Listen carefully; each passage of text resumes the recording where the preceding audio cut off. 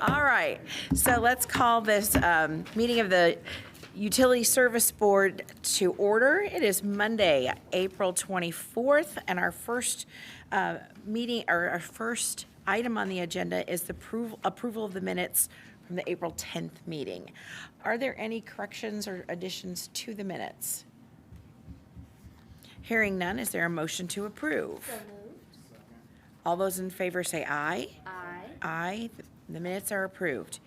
The next items are the approvals of the claims, and our first one is standard invoices at $724,095.35. Are there any questions on the standard invoices? Did you have one? I left my notes on my desk, and so I might just have to email it later. Okay. All right. Hearing none, is there a motion to approve? So moved. All those in favor say aye. Aye. Opposed? And the approval of the claims passes. The next are the utility bills in the amount of $292,213.44. Are there any questions on the utility bills? Hearing none, is there a motion to approve? So moved. All those in favor say aye. Aye. Opposed? Motion passes. Next item are the wire transfers, $406,605.33. Is there, are there any questions on the wire transfers? Is there a motion to approve? So moved. All those in favor say aye. Aye. Opposed? The motion passes. Final claim are the customer refunds for a total of $5,478.54. Are there any questions on the customer refunds? Right. Hearing none, is there a motion to approve? So moved. All those in favor say aye. Aye. Opposed? Motion passes. The next items are the approval of the consent agenda for $12,271, and that is Vic. Good evening, everyone. For the record, Vic Kelson, Utilities Director. We have two items on our consent agenda, which totals $12,271. Item A is to Xylem Water Solutions USA for $7,224. This is for replacement of a control panel on pump number 4 at the wet well lift station at the Dillman plant. I believe there's a typo. It shouldn't be 271. It should be 12,224, not 12,271, I believe. When I look at the two items, they add to 12,224. The item B is to Rich Fig, doing business as Fig Appraisals. This is $5,000 for appraisal services for the consideration of possibly transferring the utilities administrative building to the Public Works Department. Would any board member want to take up either of these items separately? Could we ask questions about the appraisal, please? Okay, we'll take that up separately. So we'll finish up on item A then, if there's no opposition. Item A, the Xylem Water Solutions for $7,224 will be approved as recommended by staff. Hearing no opposition, it is approved as recommended by staff. Okay. Happy to entertain on any questions on item B. Go ahead. It said building and parking lot, and I was wondering if there's other ratepayer-funded amenities on the site that are present, and if they are present, why is it that they weren't included in the appraisal? Well, the service center and the service center, including the garage and the parking lot, are the only utilities-funded items on the premises. So the structures that protect the materials out in the yard were not paid for by ratepayer funds? That I don't know. I'll look into that. We'll make sure that that's included at the time we do the appraisal. We'll make sure Okay. it's included. Thank you. But it is just the structure. It is not the property. It's not the property, it's Right. just the awning, yeah. Yeah. Great. Okay. So with that clarification, do I need to move to? You'll need to ask for a motion. I'd like it approve to have a item B. motion to approve the expenditure of $5,000 with Rich Fig with the suggested, or with the inclusion of the structures of the garages. And any other ratepayer-funded amenities on the site. Okay. So that's the motion. I second with the, and thank Vic and Chris for doing this on behalf of utilities. Okay, the next item is to request approval of the resolution 2000. Oh, we didn't vote, my apologies. Okay, so all of those in favor say aye. Aye. Opposed? Great. Motion passes. Thank you. All right, the next item is requesting the approval of resolution 2023-005, and this is to designate surplus property for auction, and that's Matt Havey. So we recently started to pick up around here, is how I'll say it. And so we've found a lot of office items that we are no longer using. There's a lot of filing cabinets. There's a lot of old like file organizer trays and storage bins that we aren't using anymore that we'd like to basically get out of the building since they're not being used. And to do that, we're going to go through the city's auction process, whereas we post pictures online of all of these items, and then it's on this website to be bid on for a certain amount of time. Whatever funds we receive for these items will get sent to the controller's office and transferred over to us. If the items do not sell, our plan would be to either recycle them or dispose of them somehow.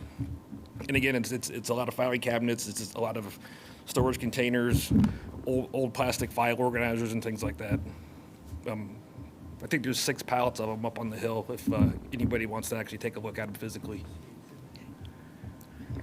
Go ahead, Jim. Has ever been a thought, not only about the city's auctioning process, but sharing with all of the departments in the city and see, can any of them use any of this? Yeah, Just maybe it'll save them some money on filing cabinets. we can look at it. So, I thought that was normal, but, Okay. It is normal, yeah. well, but you didn't. Okay. It seems right now that, it seems like every city department is trying to get rid of exactly the same things as we are. I've got a few in my department if anybody wants them. Right. The purpose of this is that for us to get rid of anything that has any value, the USB has to declare it surplus. And this includes, are the blue barrels in here? Not yet. Okay, but we're also scouring the plants for things that need to be disposed of or should be disposed of. So the process that we've worked out is that we're going to come to you regularly every month or two with a request to declare surplus items so that we can auction them or dispose of them in other ways. Any other questions? All right, hearing none, is there a motion to approve? So moved. All in favor say aye. Aye. All opposed? Motion passes. The next item is the request for the approval of the resolution 2023-006, the preliminary engineering report acceptance and submitted to the state of Indiana pursuant to SRF loan program. Dan Hudson. For the record, I'm Dan Hudson, Capital Projects Manager, and I'm asking the board to approve Resolution 2023-006 for the preliminary engineering report for the upgrades of the sanitary lift station, and a notice that we did a public hearing on April 10th for these lift stations. I'm happy to entertain questions. Are there any questions? Hearing none, is there a motion to approve? So moved. All those in favor say aye. Aye. Opposed? Motion passes. Okay. Thank you. And you're up again. Yeah, I'm up again. For the record, I'm Dan Hudson, Capital Projects Manager. This is Resolution 2023-008. It's the bid acceptance of the contract award for the Dillman wastewater treatment plant bar screen and electrical feeder project. Bids were open in the April 10th board meeting, and it was found that Thieneman Construction was the apparent low, responsive, and responsible bidder. The Thieneman cost, including a mandatory alternate, was $3,493,000. The engineering estimate was $4,700,000. I'm happy to entertain questions on this project. Are there any questions? Are we sure? I mean, there's quite a significant difference between what we were thinking and the bids came in at. Has it? I think that's a great thing that we're lower than I think it's fantastic.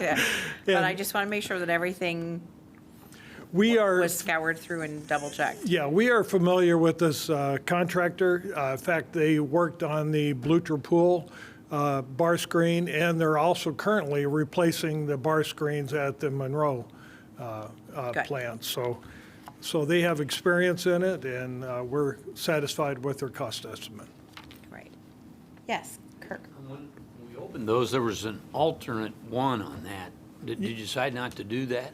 No, that's a mandatory alternate. The alternate includes it's for the electrical feeder lines. We're hoping that we can use a spare conduit that's in the ground now, but we're not sure. And the alternate is the cost of replacing that conduit for that, which is fairly expensive. This is a big line. Yeah, it wasn't included in the resolution, but I don't think. The total cost of the $3,493,000 includes the mandatory alternate. Okay. Hopefully, we won't have to spend that money. Great. Yeah, that'll be cleared up in the contract. Can you display the bids on that? Because it shows the alternate. Oh, no, I know. That's my next question. I do have one administrative question, and that is on the resolutions. They are listed as 2023-06 or 08, but on the agenda, it's 005, 006, 008. What is correct? I don't know when the extra zero got added. That's just on the agenda. That's on the agenda, but the resolution is just 10, and that's good, no problem. I just want to make sure. Resolutions. Yeah, I was like, wow, we're gonna have a busy year, people. All right. Are there any other questions? If you look up here, you can see the engineering cost and the alternate, with the alternate, and the same thing with the two bidders. So the difference between the bid and the alternate is the cost of the alternate. Yeah. All right, okay. Jim, did you have a question? No? Thank Okay. All right, is there a motion to approve? So moved. All those in favor say aye. Aye. Opposed? Motion passes. Dan, why don't you do one more? Actually, I have two more. Two more, okay, keep going. We're a busy group over here under Phil. He keeps us quite busy. This is a request for the First Amendment for the Donahue contract for the design of the Monroe Water Treatment Plant chemical feed system. During the design process, we found we needed to increase the scope to include the chemical pumps, feed pumps, the program logic controller, and the level storage sensors. This increased scope is requested to cost $23,900 with a new not to exceed $86,700. I'm open for questions. Are there any questions? Hearing none, is there a motion to approve? So moved. All those in favor say aye. Aye. Aye. Opposed? Motion passes. Dan, the next one. Next one, Dan Hudson, Capital Projects Manager. This is for the board to sign the contract with Worldwide Industries to do the upgrades on the East Tank water tank. A resolution has already been presented to the board and approved, 2023-003, showing that Worldwide Industries was the lowest, most responsive and responsible bidder for a not-to-exceed cost of $770,410. Engineering estimate for that was $1,009,000. Are there any questions? Hearing none, is there a motion to approve? All those in favor say aye. Aye. Opposed? Oh, question. Go ahead. I'm sorry, Kirk. No, that's all right. Dan, when will this work be done? Very soon. They're ready to go. They're just waiting for a signed contract. The east tank would be drained then and not an inventory? Yes. We won't have any storage there? No storage. And I'm working with the plant superintendent on that to make sure that we will lose a little water pressure on that side of town, but I think everything is going to be okay. And I just remember a late August once. Yes. Were you here then? But you heard about it too. I did hear about it. And so if we can get it done before, Late August, yes. Well, I can tell you what happened. I came in late in the process of the contract, and it was found that all the viable painters, people who do this kind of work, were not available at that time. So we had to wait for the beginning of the year, in January and February, in order to go out to bid to get enough bidders on it. And I think that was a good decision, because we had 14 bidders. I don't know if you remember, I had big stacks of stuff I was opening up, and so the cost was very good. There was a lot of competitive cost on this. So I think we have a very good price, and we have a good contractor. well, I'm also mindful of demand when we have a big tank like that out of the inventory. Yeah. Well, we're going to have to run the pumps a little more frequently, the booster pumps. With the improvements we've made over the last several years, shouldn't be a problem though. It's not going to be a problem, but we're going to have to keep a close eye on it. It's something we can't just, let go. We got to watch it. Okay. And if we go into a drought, I don't know, we may have to reconsider. So the timeline for completion, do you think? It should be done by August. Okay, Yeah. thanks. Okay, thank you. Thank you. Okay, so I think we were in the middle of approving that, correct? Did we? Or? We did get the vote through. Okay, all right. Okay, I just want thank to make you. sure. Thank you. Okay, our next item is the request for approval of construction services with Worldwide I'm sorry, I'm on the wrong one. Request approval for consulting services, and this is Kevin White. Yeah, Kevin White, Capital Projects Coordinator, requesting approval for consultant services with HNTB Corporation for the Catalyst Infrastructure Improvement Project. This is directly related to the $1.9 million READY grant that the board has already seen and approved. We're seeking HNTB to perform a sewer capacity study in addition to sewer engineering design, bid assistance, and construction engineering, and any other assistance related to implementing the READY grant. Can take some questions. Do we have any questions? Is Yes, sir.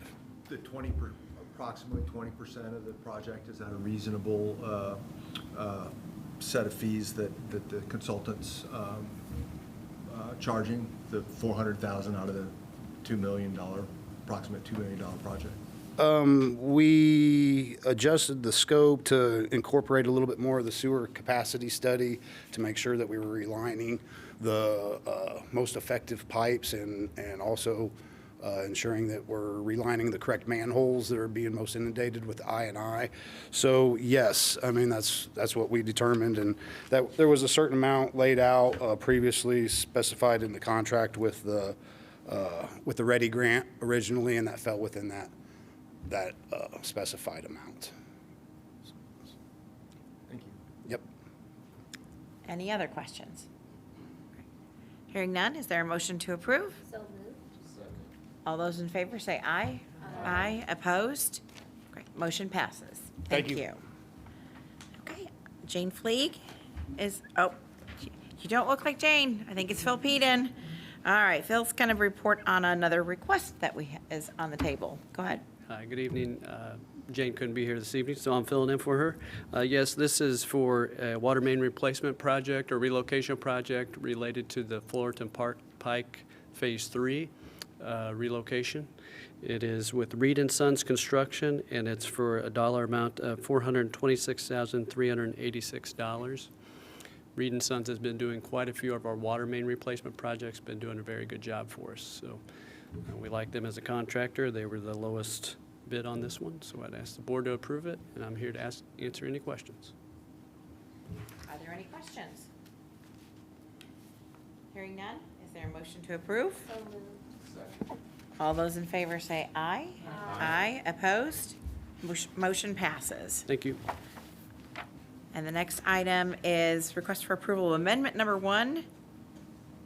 Is this the correct, amendment 1 with Green Dragon Lawn Care, correct? No? Or did that one get moved? That got removed, okay. Request for the approval of the agreement for services with Affordable Fence. I have the wrong agenda, apparently. Okay, request approval of amendment to number 1 to agreement with FBPH, and that is Kat. You're up. Thanks for, I apologize for the back and forth there. No problem. Catherine Zager, Assistant Director, Environmental. I'd like to request the approval of the first amendment to the contract with FPBH. The original contract was for designing stormwater detention. They designed 4 locations. This amendment expands their scope to accommodate any revisions that are requested through the review process. I'm open to any questions. Are there any questions? Hearing none, is there a motion to approve? So moved. All those in favor say aye. Aye. Opposed? Motion you. passes. May I steal this because apparently I have an old version of the, okay. All right, so our next one is the request for the approval of agreements for services with Affordable Fence. Have I got the right one? Garrett?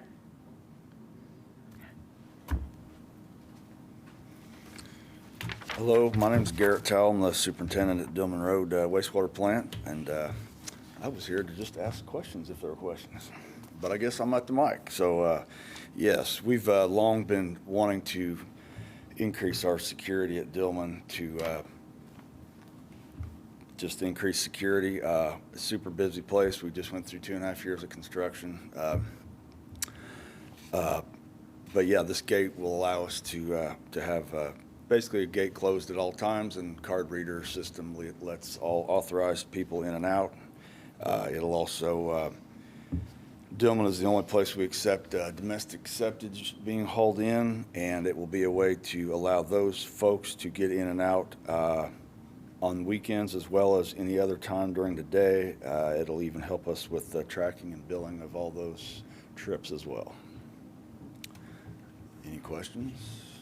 Are there any questions? How many people would, the septic haulers, what's the scope of that population of users? Good question. I guess I say a lot. Man, we can have 20, 30 trucks in and out in a given Monday through Friday. They tend to be workaholics, and they haven't been very happy about not being able to come in on Saturdays or Sundays, but we really haven't allowed that for several years now, just basically over security issues. But even in the middle of the day, we get people that wander in there lost that we really don't need in there. So, yeah, and it's been a long process to get all the bells and whistles.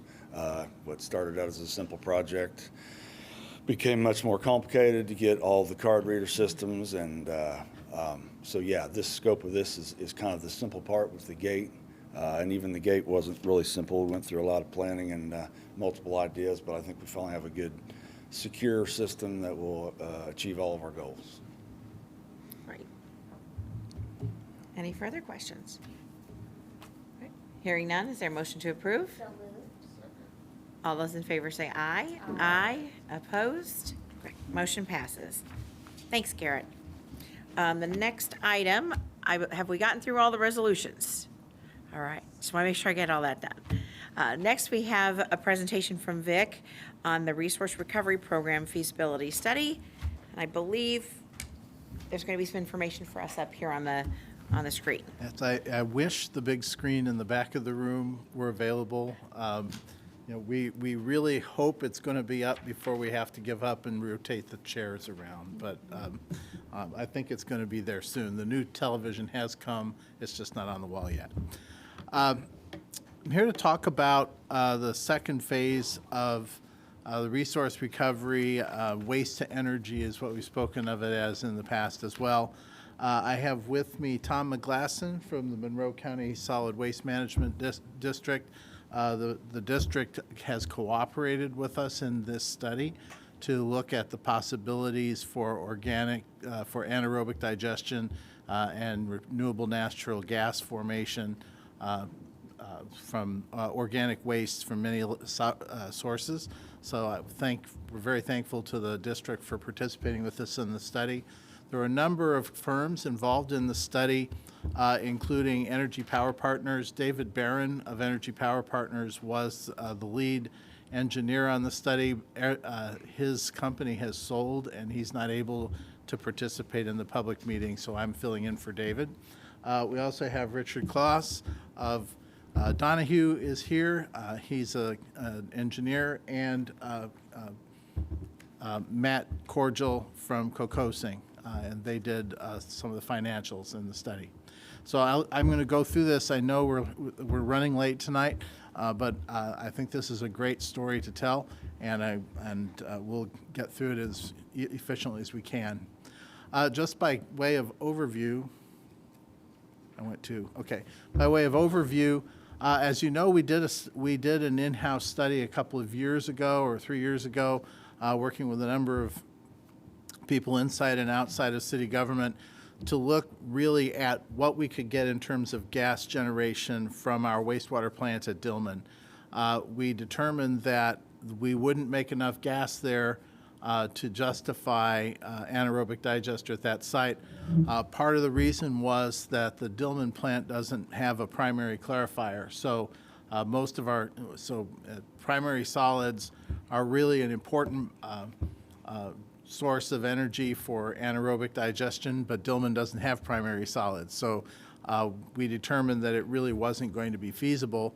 On further review, we wanted to look at what if we looked at putting a facility at Blucher Pool, and and also what would be the feedstock market for high strength organic waste or food waste that could go into a facility like this.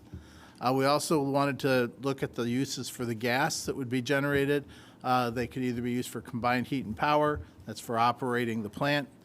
We could use the heat to operate the digester. The power would be used to operate the rest of the plant.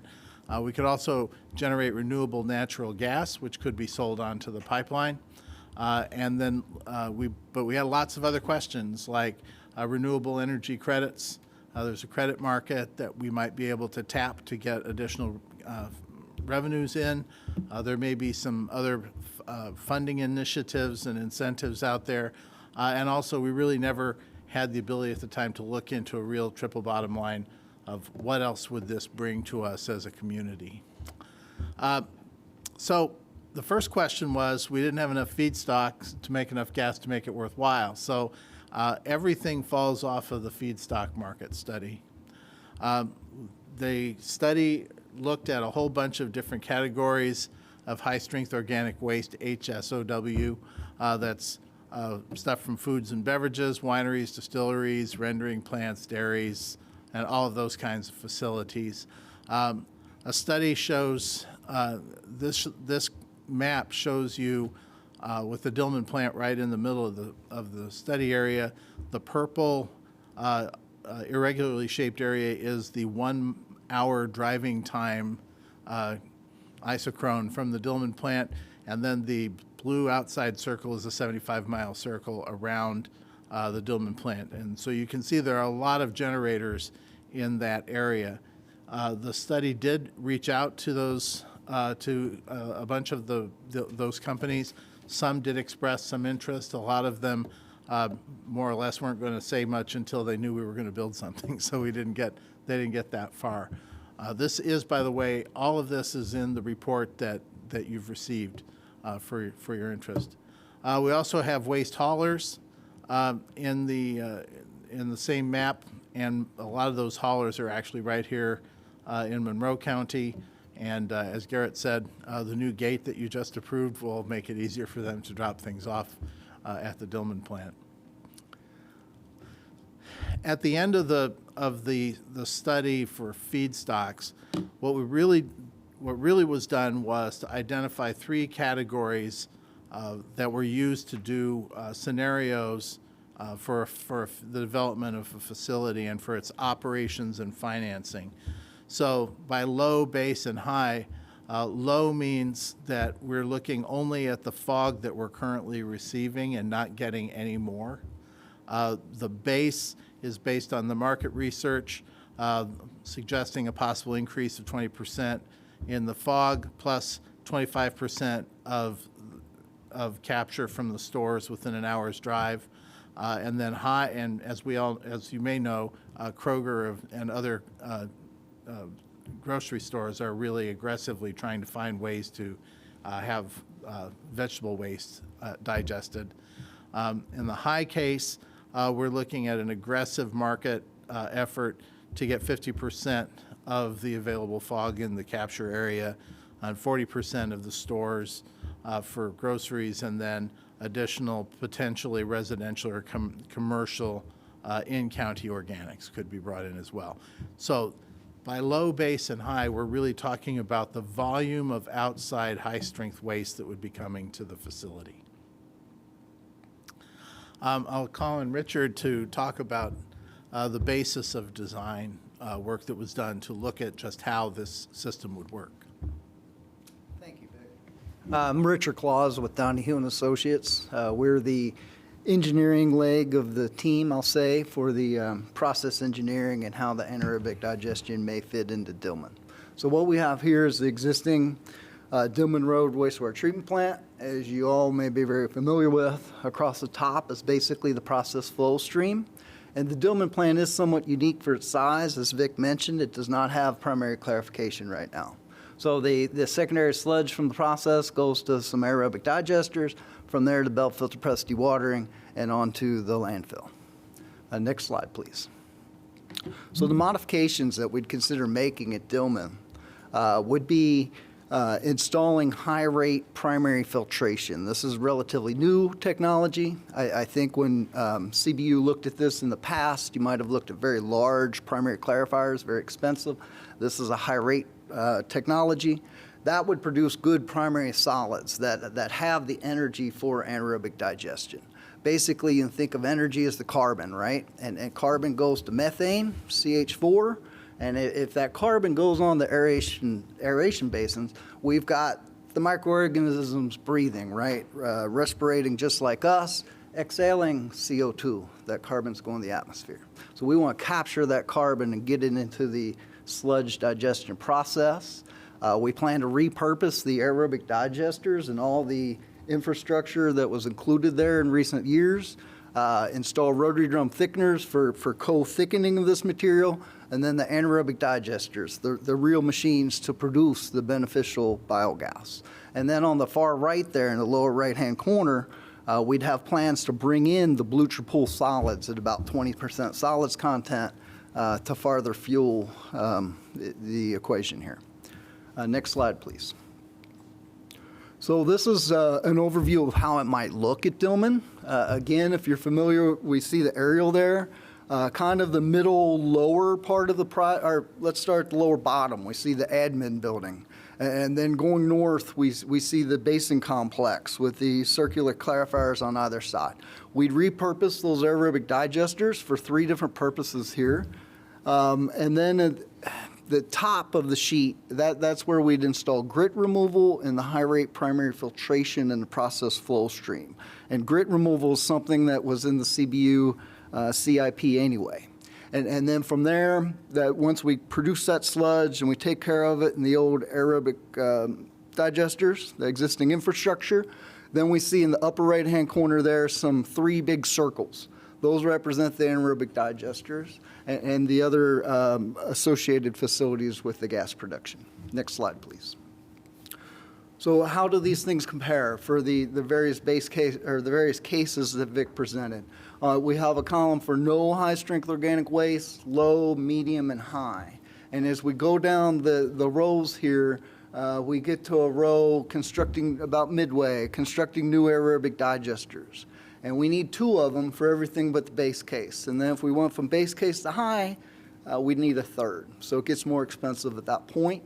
And then other things here, as we go down the list, we'd have more high-strength organic waste receiving, of course, as we took on more. And then of interest is the CHP, the combined heat and power systems. How many kilowatts may be generated with this process? So for the medium case, it may be 1,000. For the high case, maybe 2,000, and similar for the renewable natural gas.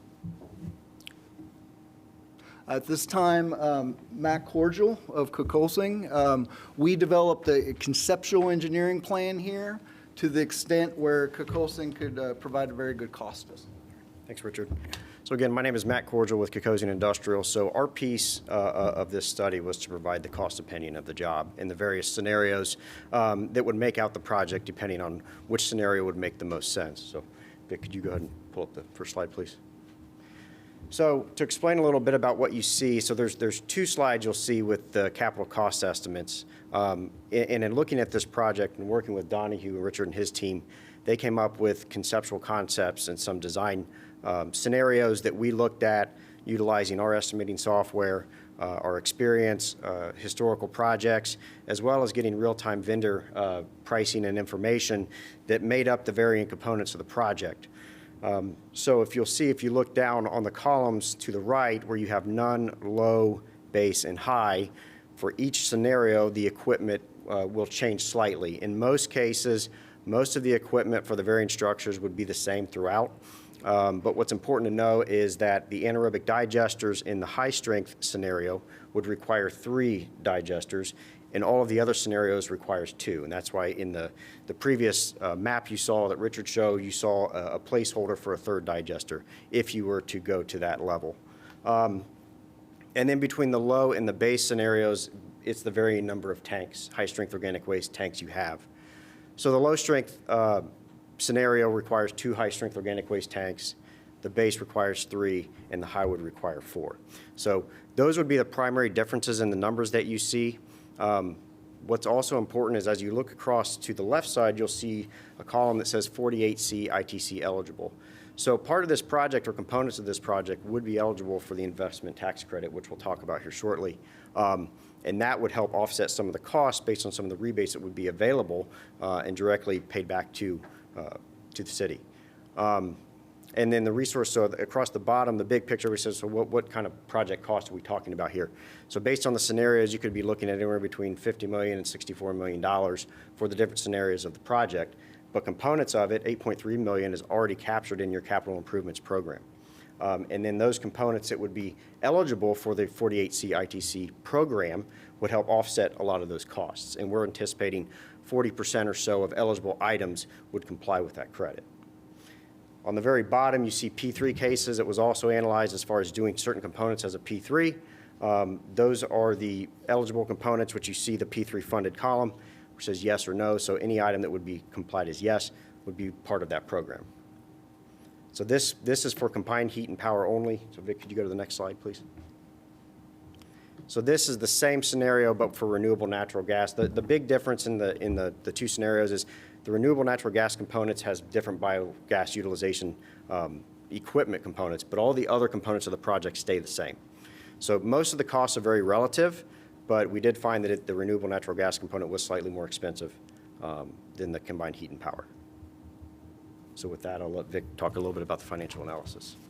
Yeah, just for clarification, P3 stands for public-private partnership. So that would be In the case of the P3 funded item scenarios, and you'll see those in a moment, those would be completely constructed and operated by an outside contractor. So we've looked at the two extremes. One is that the utilities department takes on the project. The other would be that an outside vendor took on the entire project, and then, of course, it's possible to negotiate a scenario somewhere in between there, which may be preferable as well.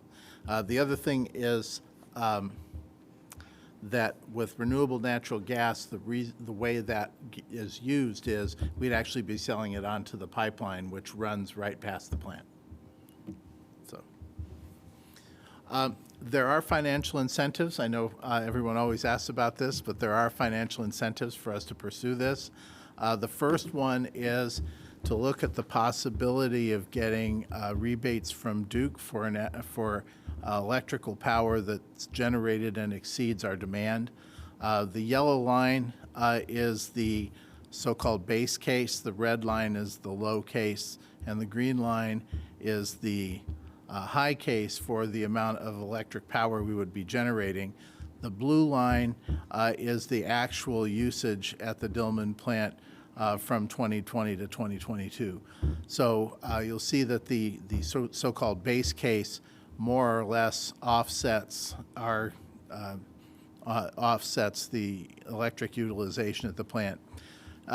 We are not eligible for net metering, so all we would get as an incentive from Duke would be the excess. We would only get the cost of their generating the power. We wouldn't get net metering for a project like this. So we would get an offset, but it wouldn't be very large. It would be about 4 cents per kilowatt hour. Another way that we would be able to raise revenue from a project like this would be something called RIN pathways. This is about renewable. These are credits for the generation of renewable energy. And what happens is companies are required, large companies and large fuel companies and energy companies are required to have a portfolio of renewables at their disposal. But if they can't generate them themselves, they have the ability to purchase these credits from organizations that can more effectively generate them. So in our case, we would have waste, water, sludge, and other feedstocks that we could convert into renewable energy. We would receive the credits, and then those credits can be sold on a market to the companies that need them. Over time, the amount of renewable energy that the energy companies have to have in their portfolio increases with time. So this is a market-based scheme for allowing companies and organizations that can inexpensively pursue renewables to move the technology forward. The prices that we would be eligible here are for the D3 and I believe the D5. This is what the markets looked like for these credits for the last several years, back to 2015. You'll see they go up and down. And if you notice the decline that happened from 2018 until 21, that was a policy choice that was made in Washington regarding the need for those big energy companies to increase their portfolios. So you'll see there is some uncertainty, both political and business uncertainty, in the value of these credits going forward, which adds some risk to a project like this. Matt referred to an investment tax credit. This was included in the recent Inflation Reduction Act. This investment tax credit offsets a portion of the cost of building the renewable energy facilities. In our case, the digester itself, generator gear, and all of those kinds of things would be eligible for it. There would be a base credit value of 6%, another 2% base credit bonus if the project is constructed in a manner that meets domestic content requirements, which would be consistent with what the city of Bloomington does anyway. There's also a base credit bonus for being located in an energy community, which is a community that once had a significant energy industry but doesn't anymore. We may not be eligible for that one. But then there's a 5 times base credit bonus if the projects are executed in a way that use prevailing wage and apprenticeship requirements. The prevailing wage requirement is already consistent with Bloomington's, the city of Bloomington's business practices. The apprenticeship requirements we would have to work with the vendors to achieve, but that 5X base credit means that we could receive an investment tax credit that could be up to 40% of the cost of the actual equipment that qualified under the ITC. And those were actually tabulated in the earlier table. So those items are in the 20s of millions of dollars in most cases. So you might think of that as possibly being as much as $8 or $9 million in investment tax credit. If the city, if our department did a project like this, that tax credit would arrive in the form of a check to the department. It would be executed differently if it was done with a P3. So, yes. So just to clarify, that means that money is coming back to CBU. That's right. Okay. That's right. So there were 2. It's based on. It's your tax liabilities, but it's Okay. a fraction of the cost of the equipment it's a credit on the biogas property, which is the digester, biogas converters and conditioning and all that sort of thing. So we would get that fraction of the cost of those devices would be our credit. Since we don't pay taxes, they'll just give us the cash. Yeah. The study looks at 2 approaches to funding it. One is that's self-funded through CBU. The initial calculations were based on a 20-year bond with a 5 to 6% interest rate. We could probably do better than that on the rate with SRF financing. And the ITC, the investment tax credit, would be direct paid back to us. With the public-private partnership that's assuming a 20-year contract, that would be entirely equity funded by the vendor. And we expect that the outside parties would be looking for a 10% rate of return. They would have to do some other things to get the investment tax credit, but that would go through them. So in the end, all the information that comes together here ends up in a financial model that's actually an Excel spreadsheet that we could actually provide to you if you want to experiment with it. You can change the assumptions. So you could assume, for example, that the RIN credit market crashes, or you can assume that we get a whole lot of additional organic waste or whatnot, and see how the finances all work out. The way it was set up for the study, there were originally 16 scenarios. We took 6 of them out because they were just completely impossible. And we ended up with 10 remaining scenarios, 5 of them for combined heat and power, and 5 of them for renewable natural gas. Some of them have the P3, and some of them are completely self-funded by CBU. And just to show you where they end up, this bar graph, the 0 line, it's hard to see, but the bars go up or down from 0. You can see that most of the scenarios do not break even, but a few of them do. So the base case for a CBU-funded CHP project actually makes a couple of $1 million over a 20-year period. The high volume of waste actually makes significant money, maybe $15 million over the 20-year period.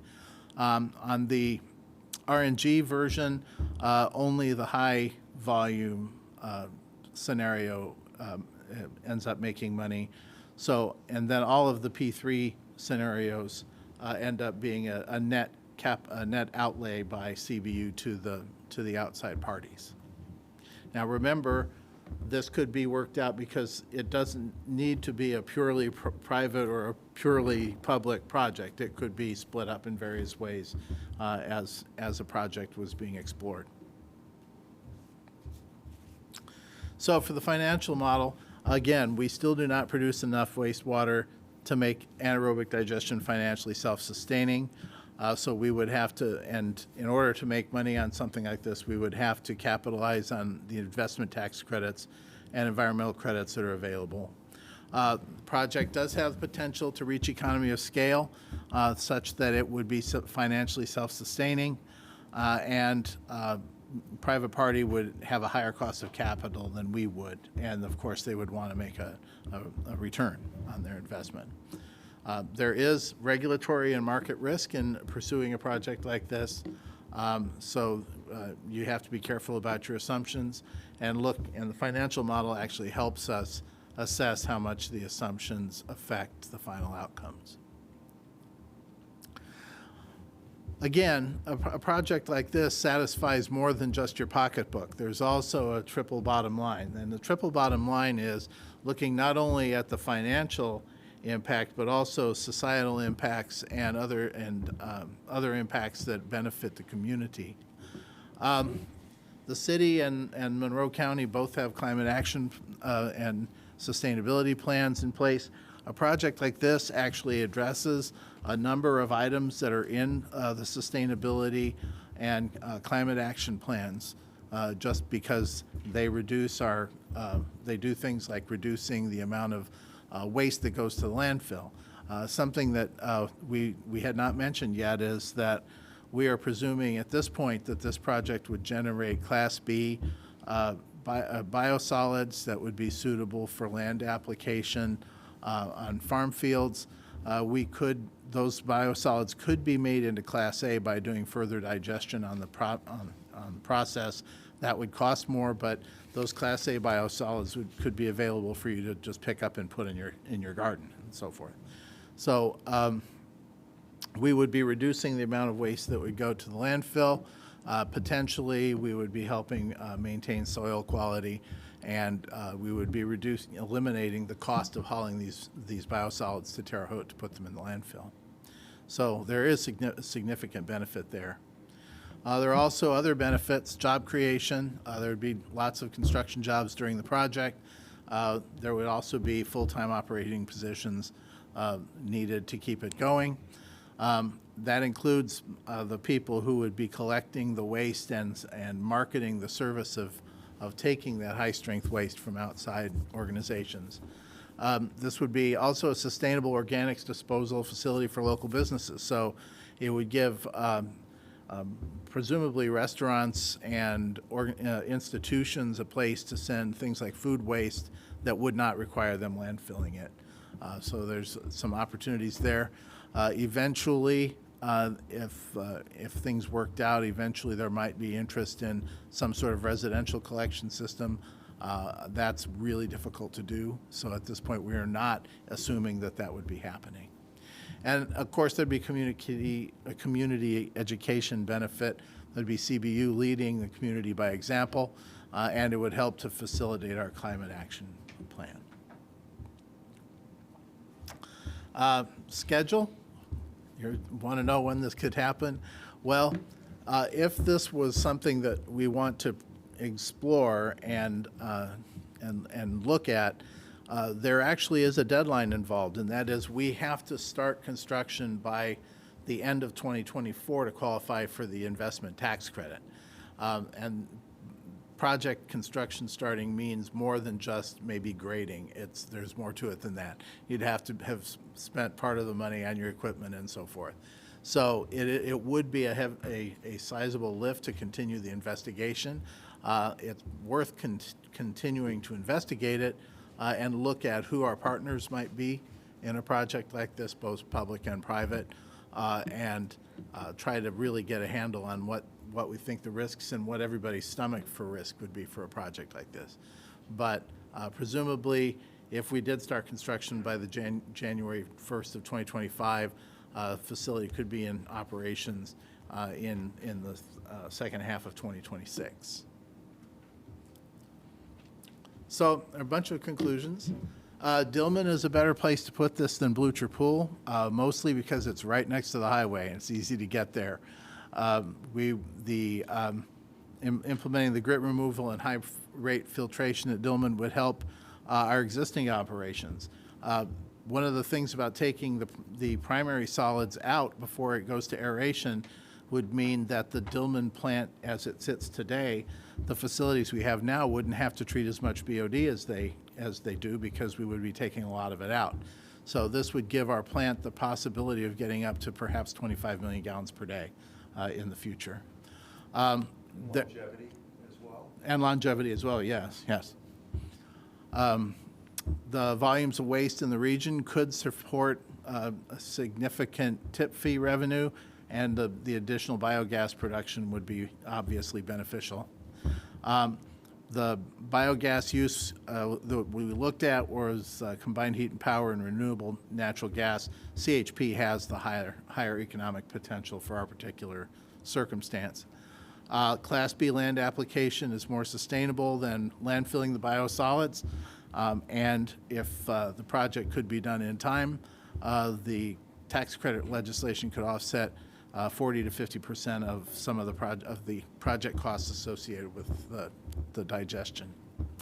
So if everything worked out and we were able to sell the service of taking in those high-strength wastes, the project has the potential to be cost neutral or even make a little bit of money.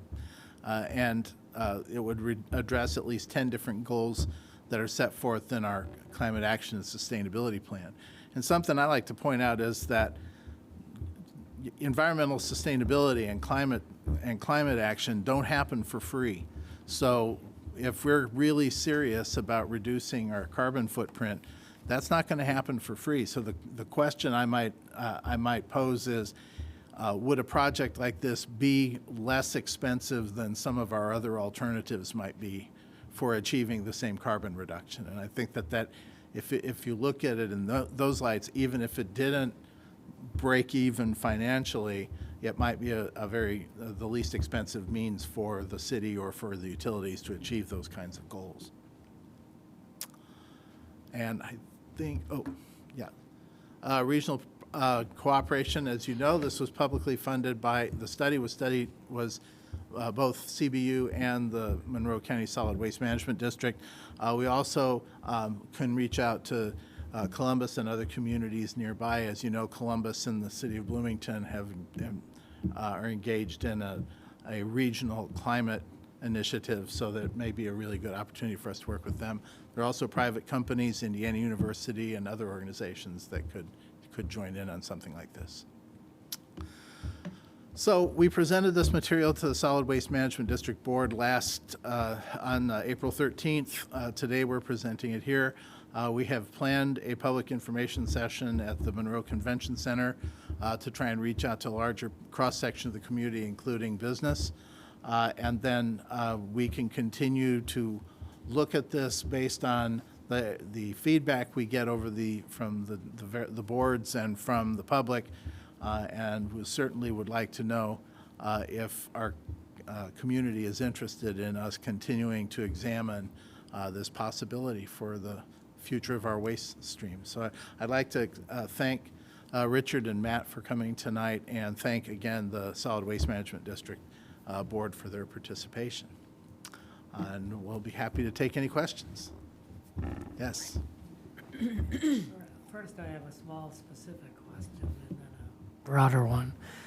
You mentioned somewhere that the project would not be eligible for net metering. That's right. Could you explain why that is the case? Because net metering, I don't think, where's Nolan? He's not here. It's a commercial facility.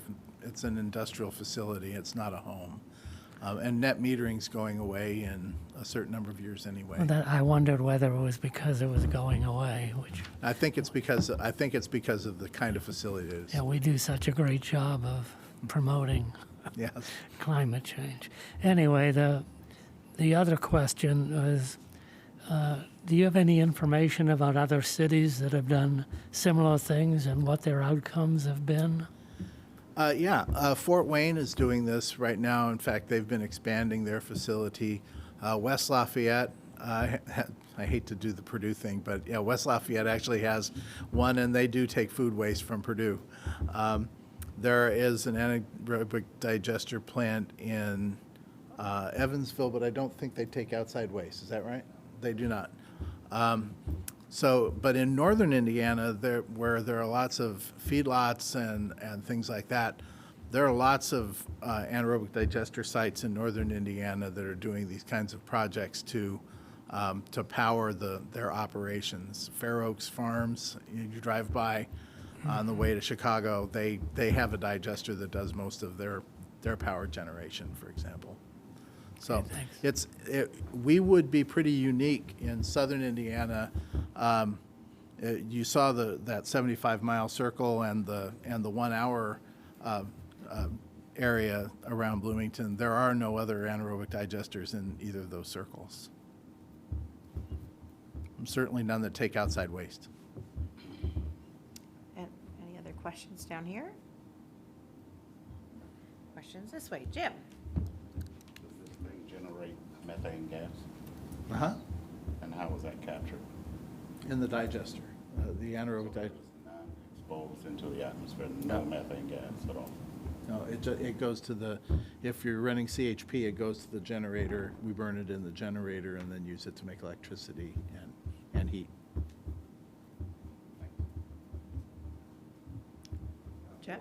Well, I didn't read the whole report. I read the executive summary, and I'm wondering, will we have another opportunity to ask questions about this? I don't know where all the other board members stand, if they read the whole report and feel fully prepared to ask all the questions they might have.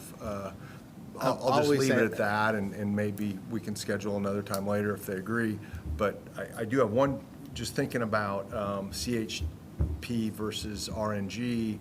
Is the former inherently less risky because it's used on site and there's no sale to outside market needed? I would have to defer on that, but I would say yes. However, you do still have the RIN credits and the trading of RIN credits. You have those for RNG or CHP. But with the combined heat and power, you are offsetting that very large Dillman Road energy demand that you have right now. So it's more in your control, I would say, yes, than what might happen with the natural gas that you'd be selling to the pipeline.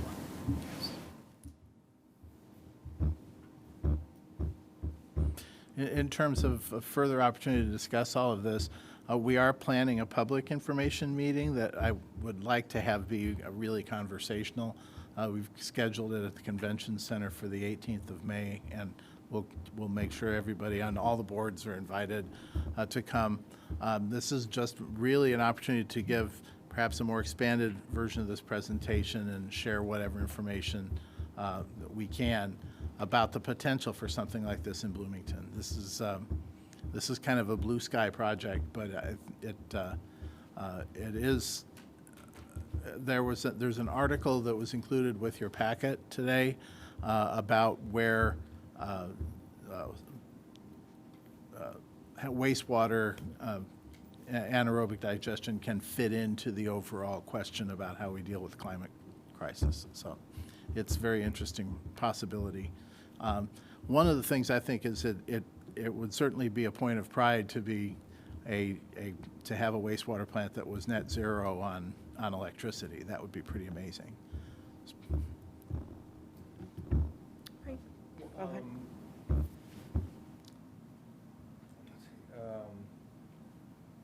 know how to ask. I'll just wait. Well, we'll talk about this anytime. So I know the environmental subcommittee is going to be meeting sometime in the near future. That might be a great opportunity to continue the conversation. Actually, I think that'd be great. I I was actually just going to recommend that Yeah. perhaps it's something that committee could look at in a little bit more depth and have a little bit more time to read the report. And then any other board members who'd like to learn more about the project, we could perhaps just schedule that for that meeting. I think that'd be a great idea. And please, any questions you have, please reach out. Yeah. It is a big topic. It is a big concept with a lot of moving parts. And it's the kind of thing that I've spoken with the mayor about it. He's enthusiastic about us coming up with better ways to deal with our waste. I know the Solid Waste Management District, like, the reason they exist is to get waste out of landfills, and we'd be helping to do that. But but it's risky, and to really identifying what risk we're willing to take on as a community to achieve the benefits we would get, and how hard we want to sell the service of selling high strength waste treatment. You know, from my perspective, we're in the wastewater business here, so that's a place where really I would want to have an outside party that had some skin in the game, that would have the context to really push that marketing effort. And I think a project like this is one that would be a great one to embark on community partnerships to try and make something like this happen that would be good for our community. Are there any? Go ahead. And I didn't read the whole report either, but a little curiosity on the risk that you talk about. I think the project's pretty exciting, but when I'm thinking of risk, I'm thinking of, I know like for power outages, you rely on electricity, so you're dependent on that, as opposed to if you did the combined heat and power option.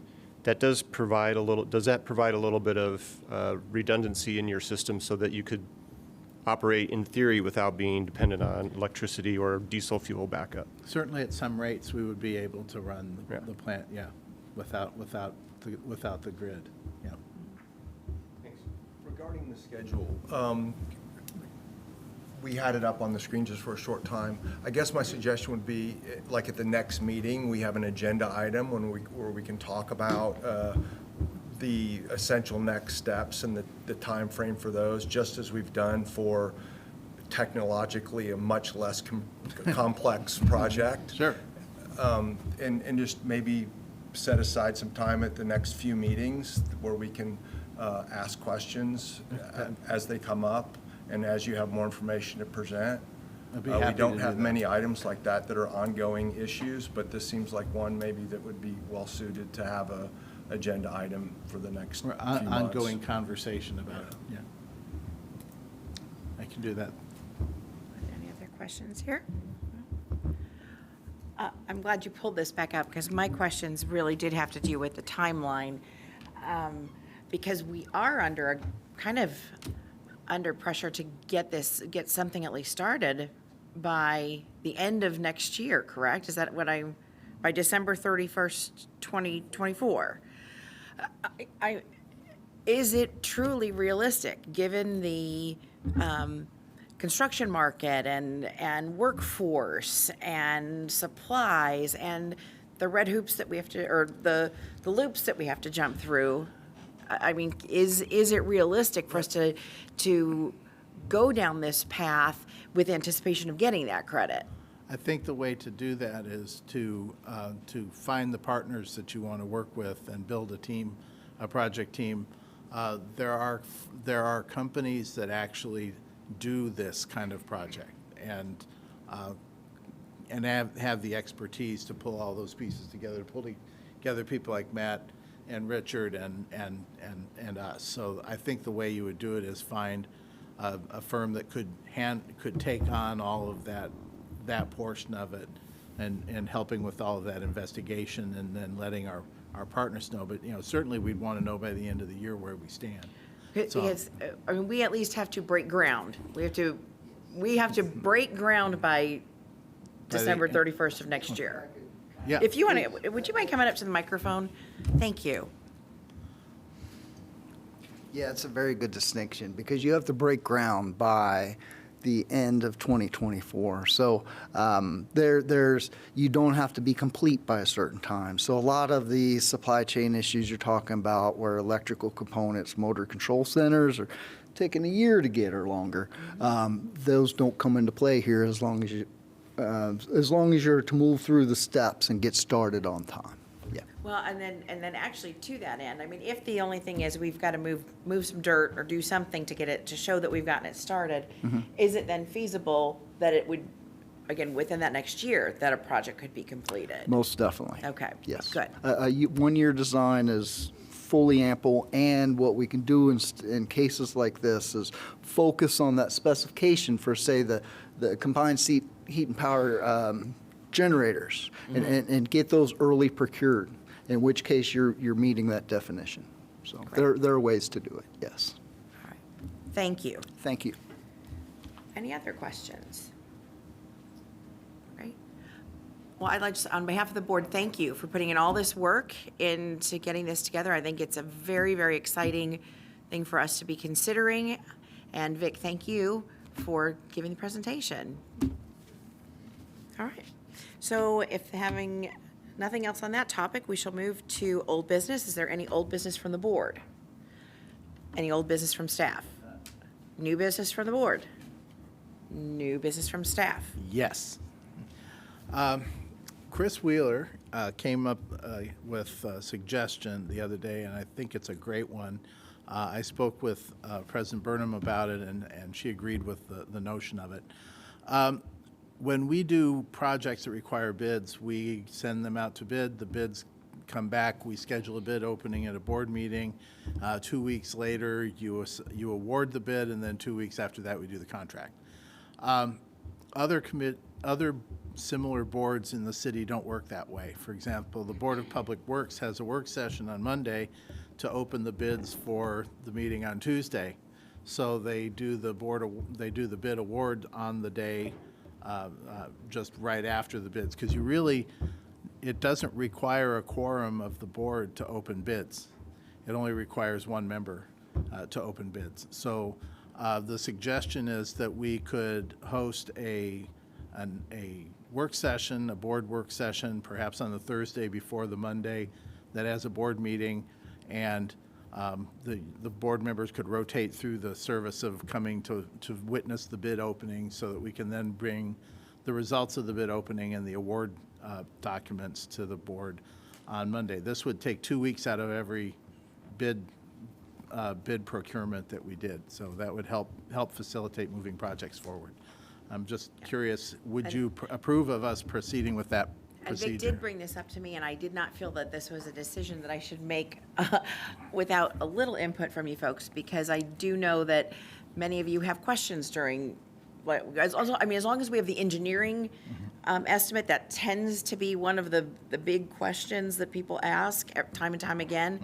The bid openings really don't require us to say or do anything. We're just witnessing it. So if there's any, go ahead, Jim. Does that mean that the folks involved in it would have 4 days to vet the best bidder? Yeah. Is that sufficient? Yes. Okay. That was the question I asked too. Yeah. Go ahead, Kirk. Sounds like a good idea, because it'd still be a public meeting, and we'd advertise it, and the public would be able to view the opening. And that's really, I think, the spirit of things. And the board would also then be notified of via email of what the bids came in and what the company was, which is the same information we get during a meeting. Yeah, we could send the tabulation out after the bid opening. We could send that to the board members for their eyes. And of course, there's nothing to keep all of you from coming for the bid openings, but we would only require one. This would be a notice to meeting. Would it require a quorum of this board? That's right. It only requires one of us, so. It's just to witness the bids being opened. That's really what it's about. If the board is in consensus that we should proceed this way, then we'll start scheduling things that way. Great. Sounds good. Sounds great. Thanks, Vic. That's the first time we've ever had new business. All right, and then subcommittee reports, and that, oh, yes, go ahead. So the meeting Thursday for bid opening? Is that a special case? Excellent question. No, it is not a special case. We only need one person here this Thursday, and I am happy to be here. If there are others that want to be here or can't, I'll take this turn. All right? Thank you. Thanks for bringing that up. I appreciate that. All right. The next item is subcommittee reports, and that is Mr. White. Let's see, what did we decide to do here? Decided to table it. All right, so let's do that then. I move that we table Resolution 2023-007 for an upcoming meeting, to an upcoming meeting. Second. I think everyone on the board was present for the whole discussion. Yes. But Mr. Wheeler, are we doing this correctly? The resolution already has been tabled The in the subcommittee for further discussion. So the committee's report to the board would simply be that it has received information and has decided to table a resolution that it will consider at a later date. I Okay. believe that's what's going on. There'll be Yes, another that is subcommittee great. meeting on the 8th, right? That's Yeah. true, because So we, this is just a report to the, Good point. to the board that you have tabled a possible resolution for recommendation to the board as a whole. yeah, so that's what we've done. The subcommittee did meet and had a good discussion, and we've tabled the resolution at the subcommittee level, and we will revisit it at an upcoming meeting. Okay. There's the report. Thank you very much. And we'll continue to, I think board members will still continue to work with staff on questions and other issues, and staff can continue to provide information. And we will be having that, we will continue that, the planning, the property and planning committee meeting, we will continue that discussion at the, on May 8th, beginning at 4 o'clock, same place. Thank you. All right. let me just ask you, given that we've had a lot of discussion, we'll have questions, do we need the full hour? Do we need to, The full hour from 4 to 5. I guess it doesn't hurt. that we I can would, sit here. we went over this time, and I think it would be appropriate for us to have that time for board members who were not able to contribute to the conversation. Okay. Great. Okay. All right, so the next item is then staff reports. Thank you, Vic. That's it. And then any petitions or communications from anyone else? All right. Thank you, board members, because it is very important what we are doing right now. We're talking about a large project that is, if this does go to fruition, both projects, as a matter of fact, we're talking about a building project, which we've heard numbers of, 38 million, and now this, we've seen all kinds of numbers. 50 million? This is a lot of money, and I appreciate staff's time and everybody else that's involved in terms of exterior. Chris Wheeler, I appreciate your time. We appreciate your time. And board members, thank you for doing your due diligence on this as well. I really appreciate it. So with that, the meeting is adjourned.